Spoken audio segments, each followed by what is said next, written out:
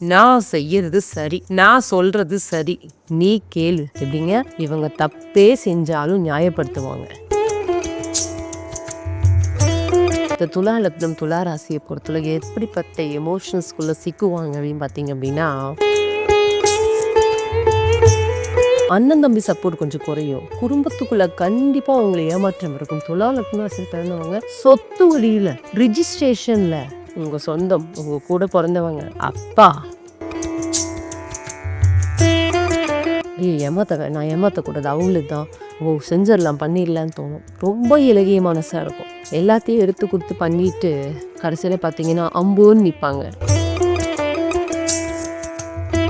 இவங்களுக்கு ஒரு விஷயம் கிடைக்குது அப்படின்னா ஏதோ ஒரு விஷயம் இழக்கிறாங்கன்னு அர்த்தம். தனக்கு கிடைச்சதையும் எடுத்து வைக்க தெரியாது, தனக்குன்னு வாழ தெரியாது, கிடைக்கிறத கொடுத்துருவாங்க. இவங்க குடும்பம் சார்ந்த விஷயத்துக்குள்ள அவமானம் கண்டிப்பா சந்திப்பாங்க. வெளியே எப்படிங்க, இவங்க அக்கா தங்கச்சி அண்ணன் தம்பி அம்மா அப்பா பெரியம்மா பெரியப்பா சித்தப்பா சித்தி அத்தை மாமா எல்லாருக்கும் செய்வாங்க. தன்னுடைய குடும்பம் கணவன் மனைவி குழந்தைங்க ரொம்ப பார்த்தீங்கன்னா ஏதோ ஒன்று மிஸ் பண்ணிடுவாங்க. சேர்த்தி வைக்க முடியாம அதுக்காக திண்டாடுவாங்க. தனக்கும் விஷயம் செய்யலையே, தனக்காக பார்த்துக்கலையே, அது நோய். அது பார்த்தீங்கன்னா காலபுருஷன் 6ஆம் அதிபதியோட புதன் பகவான் வச்சுக்கோங்க, 9ல் ஆட்சி பெற்று உட்கார்ந்துட்டார் அப்படின்னா இவங்க உடம்ப பற்றி கவலைப்பட மாட்டாங்க. எப்படிங்க? ஹெல்த்தை சரியா பார்த்துக்க மாட்டாங்க. சில நேரங்கள்ல ஆரம்பத்துல பார்த்துக்கல அப்படின்னா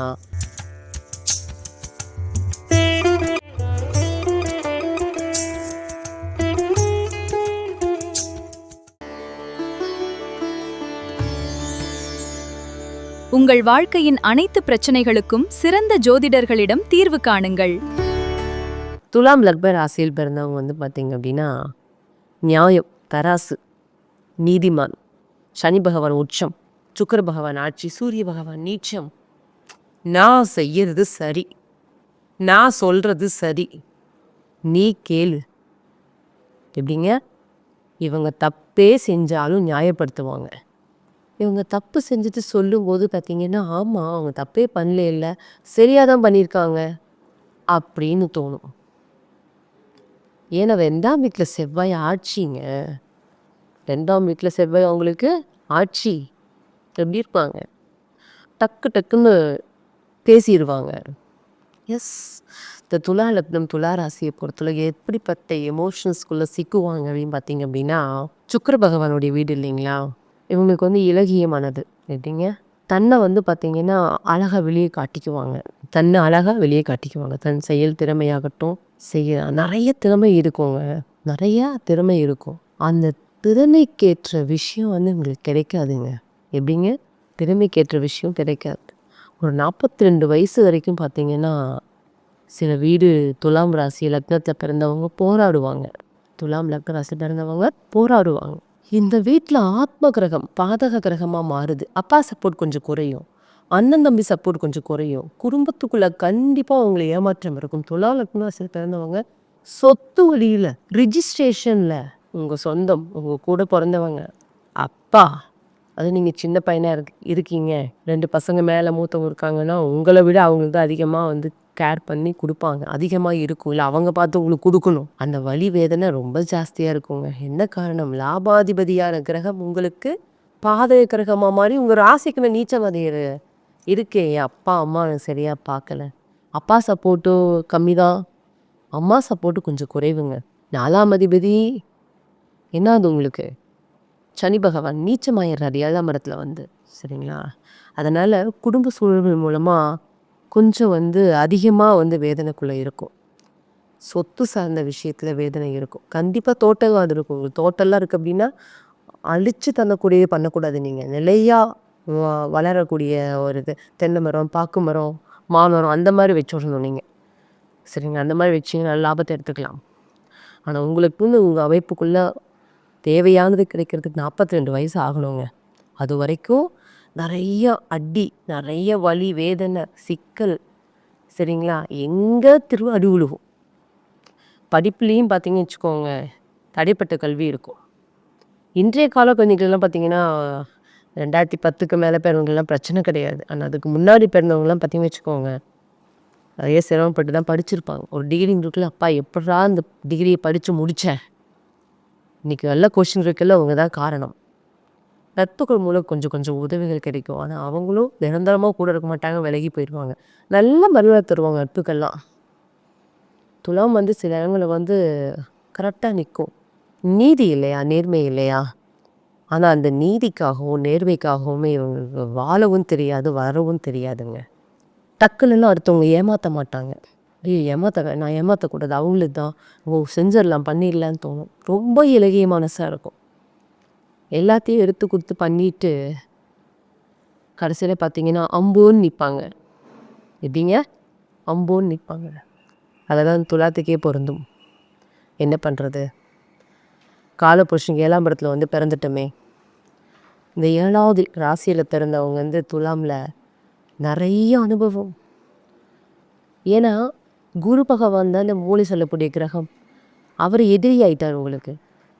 உங்கள் சுகஸ்தானத்தில் பார்த்தீங்கன்னா நீச்சம் அடைகிறாரு. உங்களுடைய 10ஆம் இட கர்மஸ்தானத்தில் உச்சம் அடைகிறாருங்க. ஒரு எதிரிக்கு தானே பலம் கொடுக்குறீங்க. இப்படி எதிரியை கூட நீங்கள் வாழ வைப்பீங்க.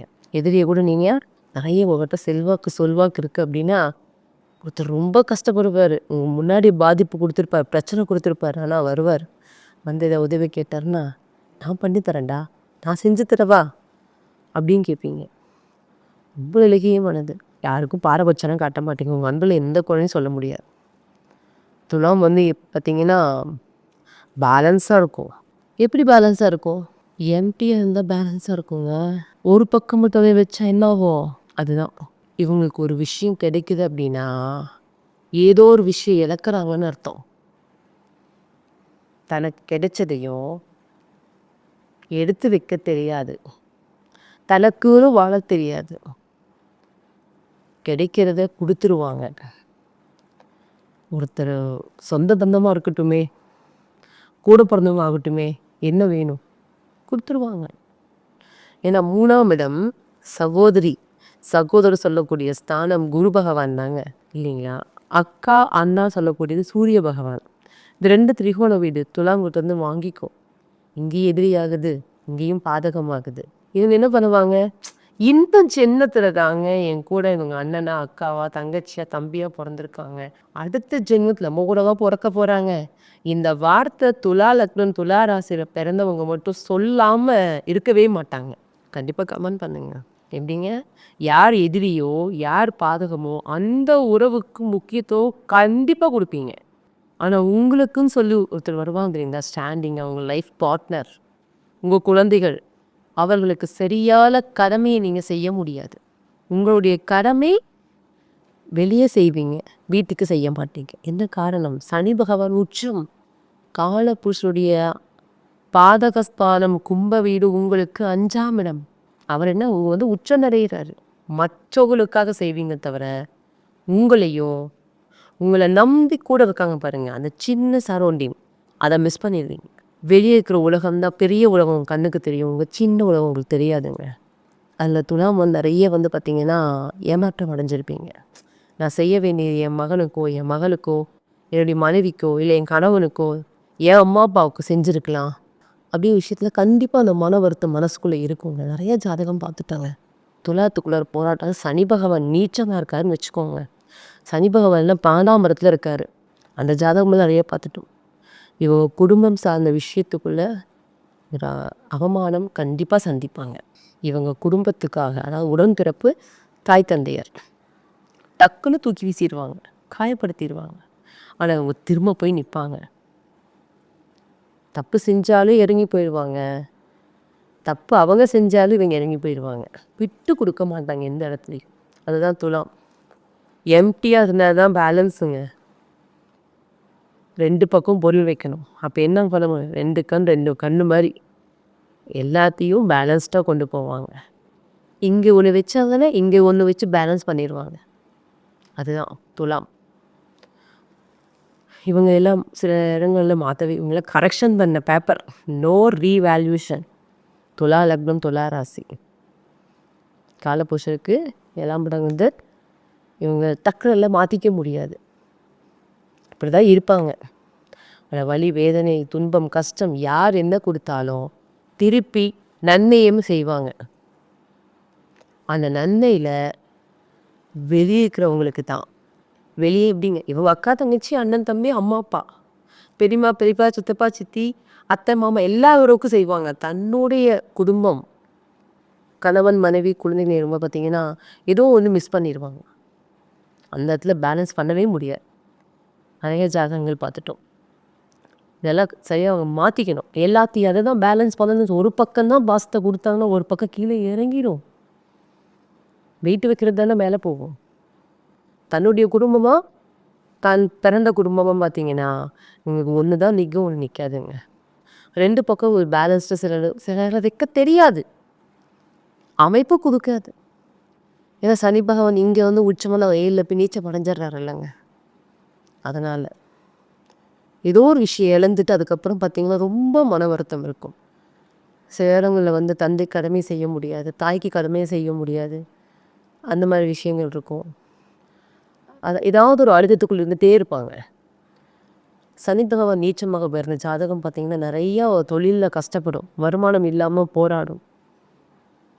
அது குரு பகவான் எடுத்துக்கோங்க. அவர் தான் மூளை. அவர் வந்து பார்த்திங்கன்னா குருவோட புதன் சேர்ந்து வந்து உட்காந்துட்டார் அப்படின்னா இன்னும் அழுத்தம். பொருளாதாரத்தை வந்து பார்த்திங்கன்னா சேர்த்தி வைக்க முடியாமல் அதுக்காக திண்டாடுவாங்க. தனக்கு விஷயம் செய்யலையே, தனக்காக பார்த்துக்கலையே, அது நோய். அது பார்த்திங்கன்னா காலபுருஷன் 6ஆம் அதிபதியோட புதன் பகவான் வச்சுக்கோங்க, 9ல் ஆட்சி பெற்று உட்காந்துட்டார் அப்படின்னா இவங்க உடம்பை பற்றி கவலையே பட மாட்டாங்க. எப்படிங்க, ஹெல்த்தை சரியாக பார்த்துக்க மாட்டாங்க. சில நேரங்களில் ஆரம்பத்தில் பார்த்துக்கல அப்படின்னா அதுக்கப்புறம் பார்த்து வரைக்கும் போது பார்க்க முடியாது. நிறைய மிஸ்டேக்ஸ் பண்ணுங்க தோழா. தன்னை வந்து பராமரிக்க மாட்டாங்க. ஏன்னா சுகாதிபதியான கிரகம் யாருங்க? சனி பகவானுங்க. சனி பகவான் எப்படிங்க, மற்றவங்களுக்காக தானே, தனக்காக வாழாது. சரிங்க. அப்போ சில கிரகங்கள் வந்து பார்த்திங்கன்னா சில மன அழுத்தத்தை கட்டாயம் கொடுத்துரும். கவனமாக இருக்கணும் வாழ்க்கையில். தனக்காகவும் வாழணும், தன் குடும்பத்திற்காகவும் வாழணும். அதுக்கப்புறம் உங்கள் குடும்பத்தையும் பாருங்கள். ஆனால் இருக்கும்போது நீங்கள் பார்க்கலைன்னா உங்களை இழந்ததுக்கப்புறமா அந்த குடும்பத்தை யார் பார்ப்பாங்க? யாரும் பார்க்க மாட்டாங்க. அதெல்லாம் இந்த ஜென்மத்தில் நீங்கள் வாங்கி வந்த வரத்தை நீங்கள் மிஸ் பண்ணிட்டு போகிற மாதிரி. அதனால் உங்கள் கடமையை நீங்கள் சரியாக செஞ்சாகணும். அப்போ நீங்கள் சரியான விஷயத்துக்குள்ளே எப்பவுமே சிந்திச்சு செயல்படணும். பார்த்துக்கோங்க. சரி, துலாம் லக்ன ராசி நேயர்களுக்கு இந்த கணக்கு சொல்லியிருக்கேன், கவனித்து பாருங்கள். உங்களை நீங்கள் மாற்றிக்கிட்டால் தான் எல்லா விஷயம் நிறைந்த வாழ்க்கை வாழ முடியும். வாழ்த்துகள். உங்கள் வாழ்க்கையின் அனைத்து பிரச்சனைகளுக்கும் சிறந்த ஜோதிடர்களிடம் தீர்வு காணுங்கள்.